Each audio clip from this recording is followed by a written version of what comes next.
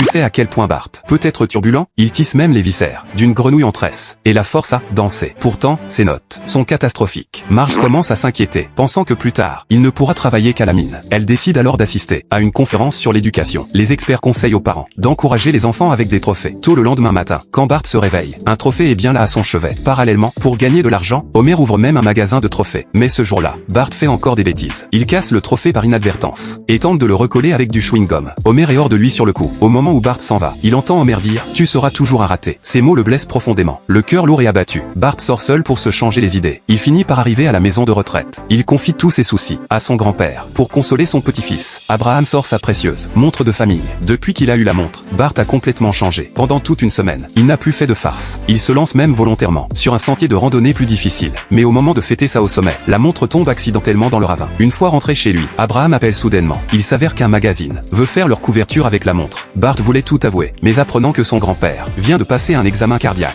il choisit finalement de se taire. De son côté, le magasin de trophées d'Homer fait faillite. Il vend tous les trophées au Mont-Piété. Là-bas, il découvre par hasard la montre perdue de Bart. C'est Milouz qui l'avait retrouvée, puis revendue au propriétaire du magasin. Homer rachète la montre pour 22 $. Au début, il voulait se moquer de Bart à cette occasion, mais voyant son fils si découragé, son cœur finit par fléchir. Finalement, Homer rend la montre à Bart. Plus tard, Bart et son grand-père figurent ensemble sur la couverture du magazine.